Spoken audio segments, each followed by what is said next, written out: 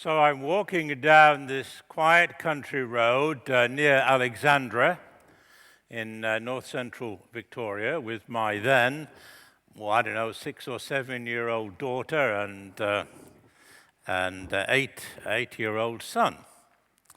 And as we walk by this herd of Jersey cows,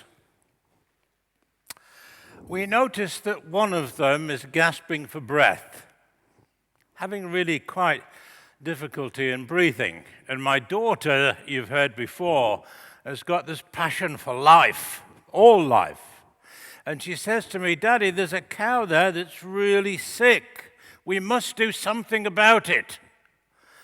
Well, there we are in the middle of the country, and I don't know what to do about it. Anyway, she insists, and we eventually, after several inquiries, find where the farmer is, who owns this herd of cows, and we go to her house, and we tell her that she's got a Jersey cow down this paddock several kilometers down the road that's really sick. And the farmer, in a very abrupt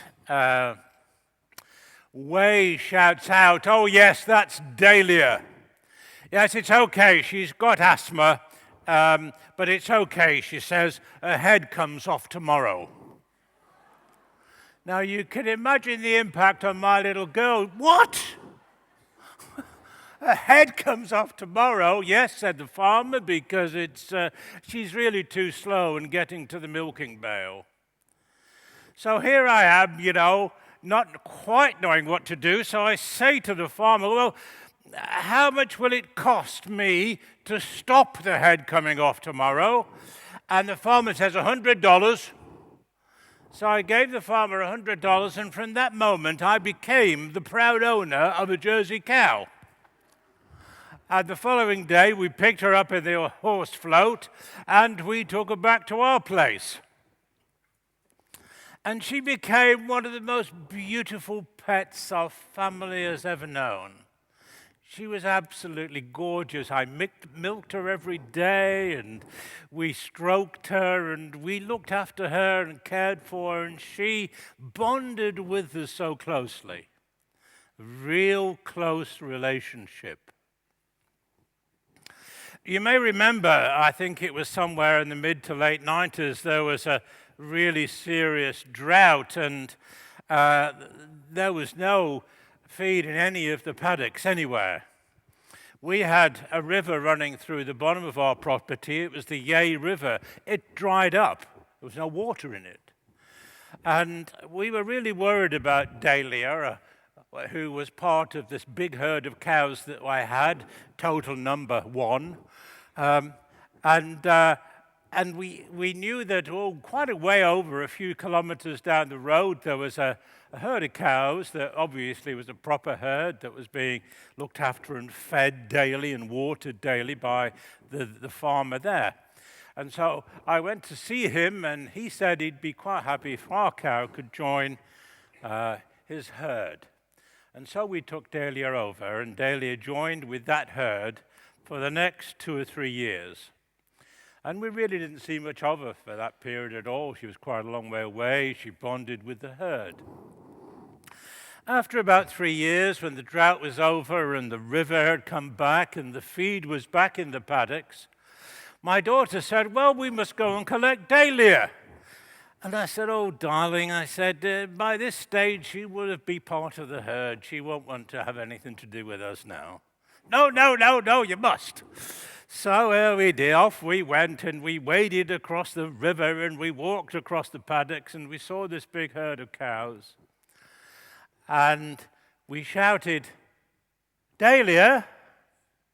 And at which point, one of 100 or so cows in this paddock, our Dahlia, lifted up her ears, and she ran towards us so fast, dust was flying up in the paddock.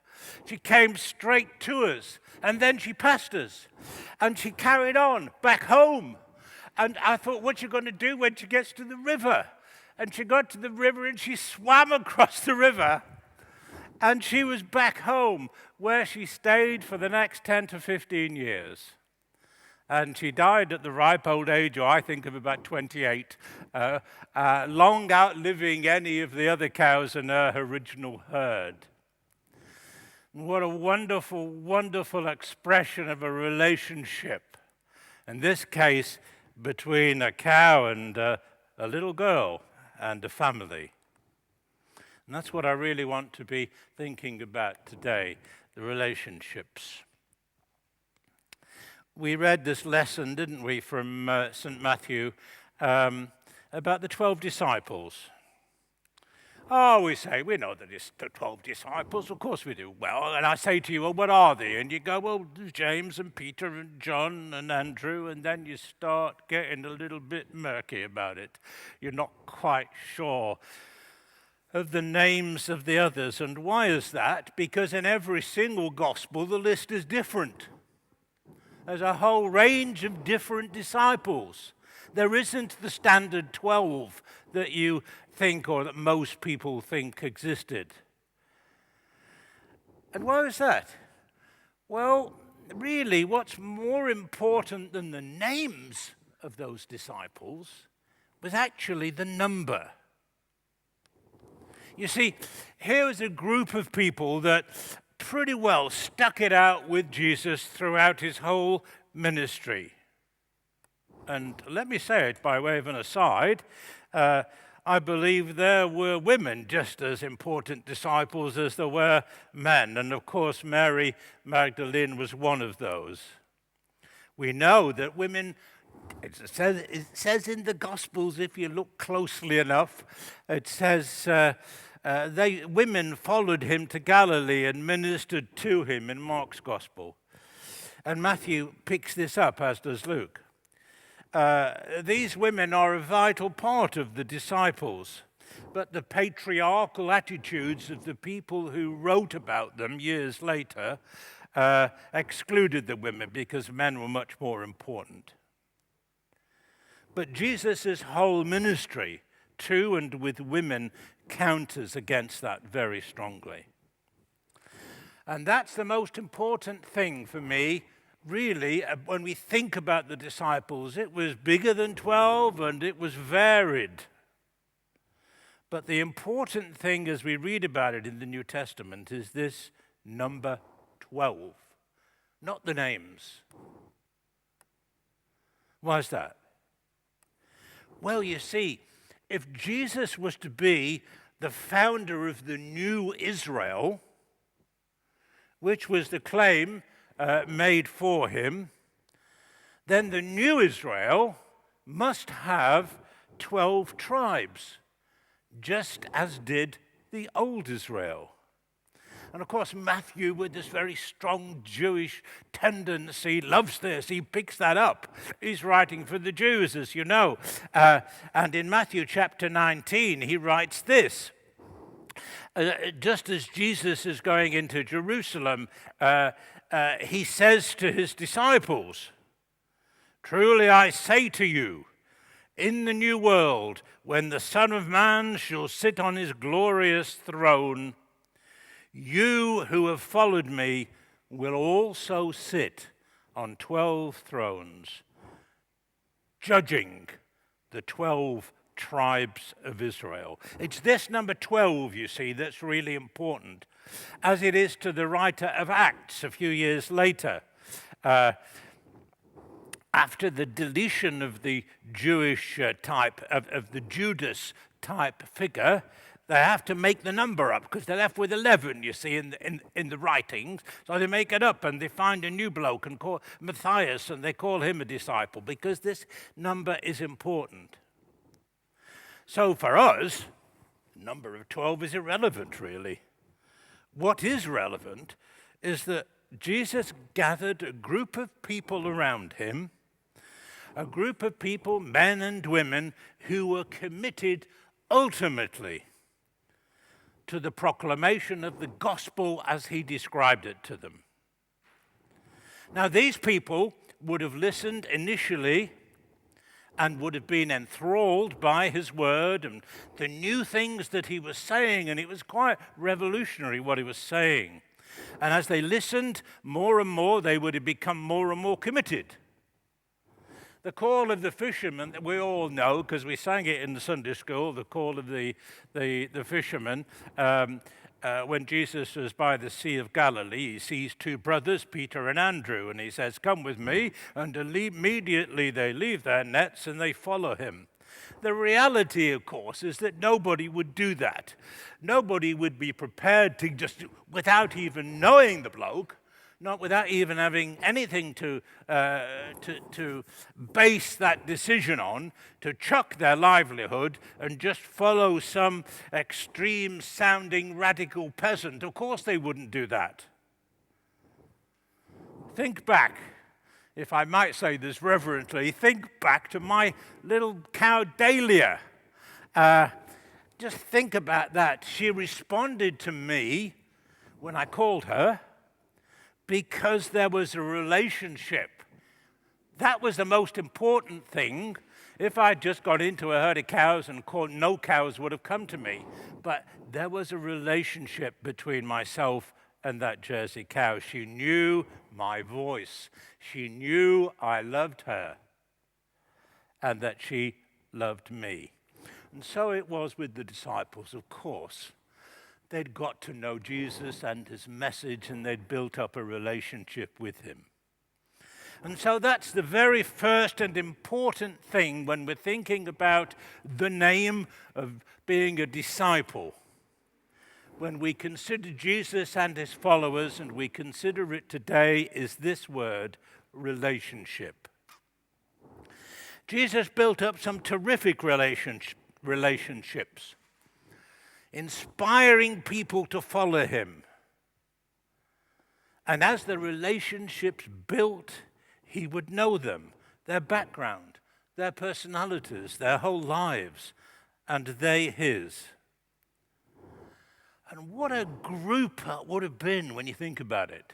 Well, I mean, even from the bits that we know in the Gospels, they came from a vast variety of different backgrounds and cultures, different status, different intellect, different faiths, different nationalities. We know that at least one of the group was a terrorist, Simon the Zealot. We know that, we're told that. And the Zealots at the time were an extreme group of terrorists who were dedicated to the overthrow of Roman rule through violence. Well, Jesus recruited one of them. As a disciple, he's there on the list. And he built the relationships with them. So important to us, relationships now. Think about relationships for a moment. Healthy relationships are vital. They're a vital component of health and well-being. We know that people with good relationships live longer. We know that strong relationships contribute to a long, healthy, and happy life. And conversely, the health risks from being alone or isolated in one's life are comparable to the risks associated with cigarette smoking, blood pressure, and obesity. A review of 148 studies worldwide recently found that people with strong relationships are 50% less likely to die prematurely and more likely to live longer. Healthy and long-living life. Secondly, good relationships help us to cope with life much better. They help us considerably to deal with stress. The support offered by a caring friend provides an effect and buffer against stress. In a recent study, it was found that people who completed a stressful task experienced a much faster recovery rate when they were reminded of people with whom they had strong relationships. And then thirdly, people with good relationships are generally healthier. Psychologist Dr. Sheldon Cohen reports in a study confirmed by an international Gallup poll The people who feel they have friends they can count on are healthier than people who don't. And we know that people with friends in good relationships recover better and quicker. It is part of healing. And so it's no accident, therefore, that Jesus brought a group together around him. And Mark says in chapter 3, so that they could be with him. They were to be with him. And that's not just a passing phrase, it's a really important comment about relationships that he had with them. And he needed them. Think about that for a moment. He needed them for his sake. He was sticking his neck out. He was challenging much of the accepted customs and religions and politics of the day. He was putting a huge amount of stress into his life. The story, what we call the temptations, is all about that. It's all about Jesus coping with that stress and wondering where to go and what to do and how much to take on.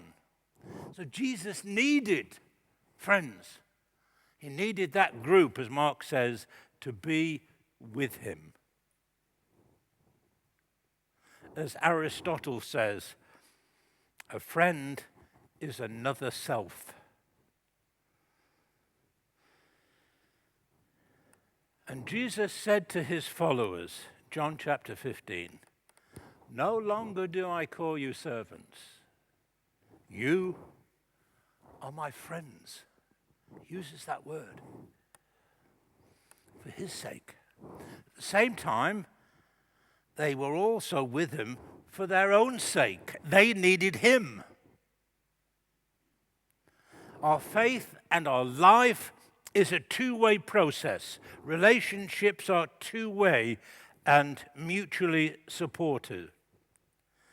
They needed his inspiration, his vitality, his new and exciting message.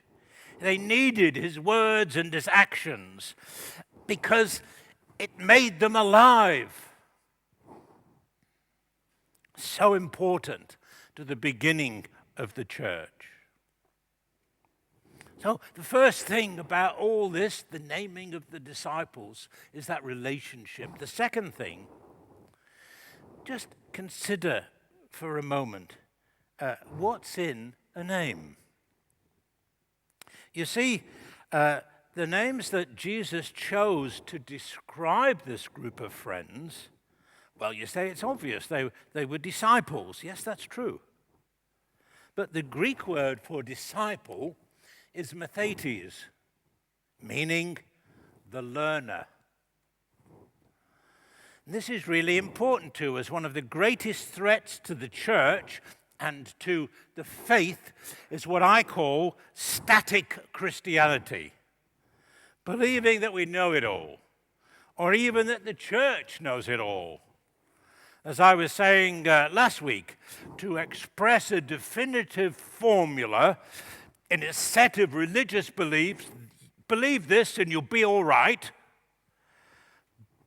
To be a Christian, it's a very dangerous road to take.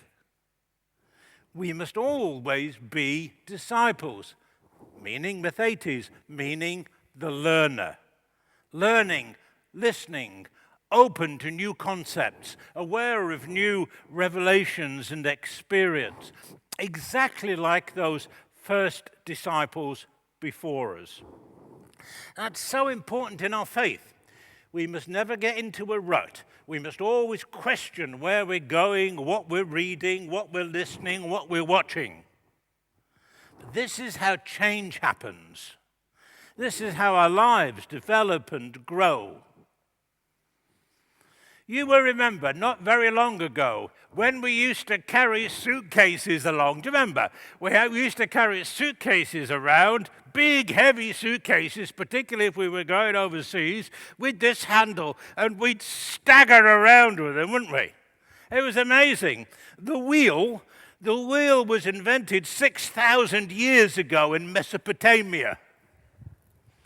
But up until, something like 1987, when a man by the name of Robert Plath invented putting wheels on a suitcase and long handles, did all of a sudden the two come together. It took them 6,000 years to do that.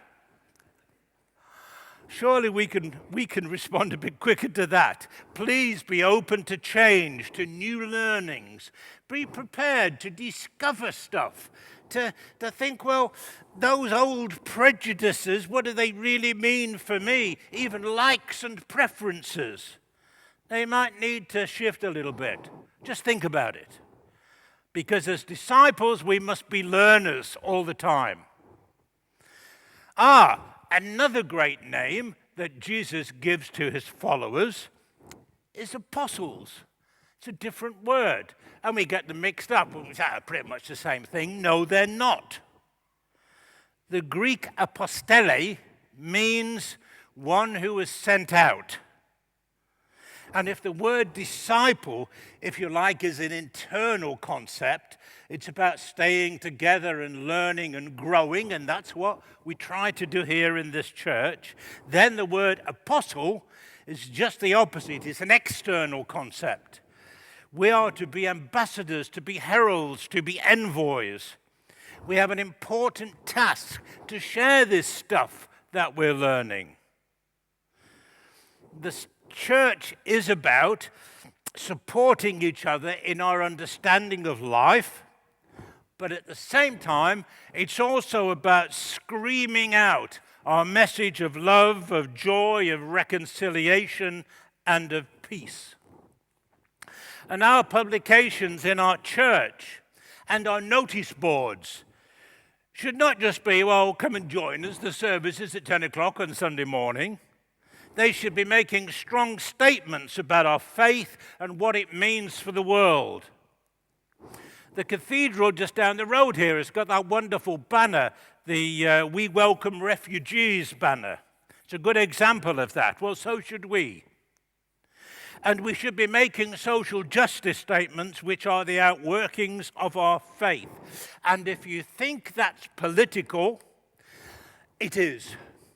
Because in so doing, what we are doing is we are treading in the steps of the disciples and the apostles who challenged the Roman authorities of their day, who challenged the jurisdictions of the countries that they went into and went worldwide. It's an important part of treading out there and making a difference. So St. Michael should be a name that the city is familiar with.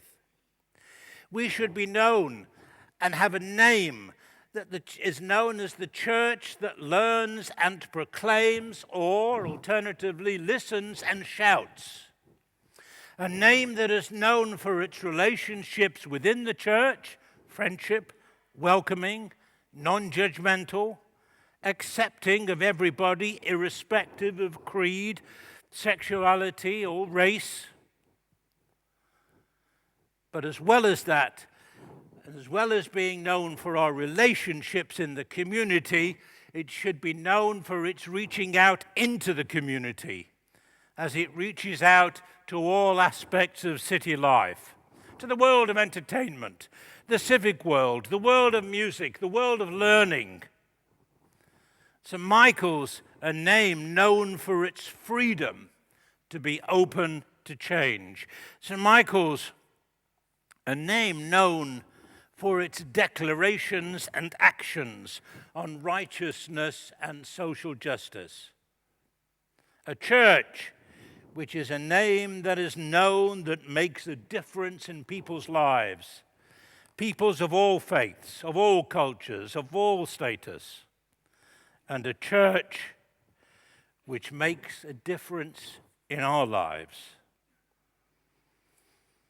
This is the message that we learn and we live, and it's a message that we proclaim and we shout. That's what's important in a name. And may the God you see in all the colors of creation arise in you a sense of awe and wonder. May the God who is the source of courage and inspiration keep calling you forward. And may your God go with you and bless you in whatever name you choose to name your God, today and always.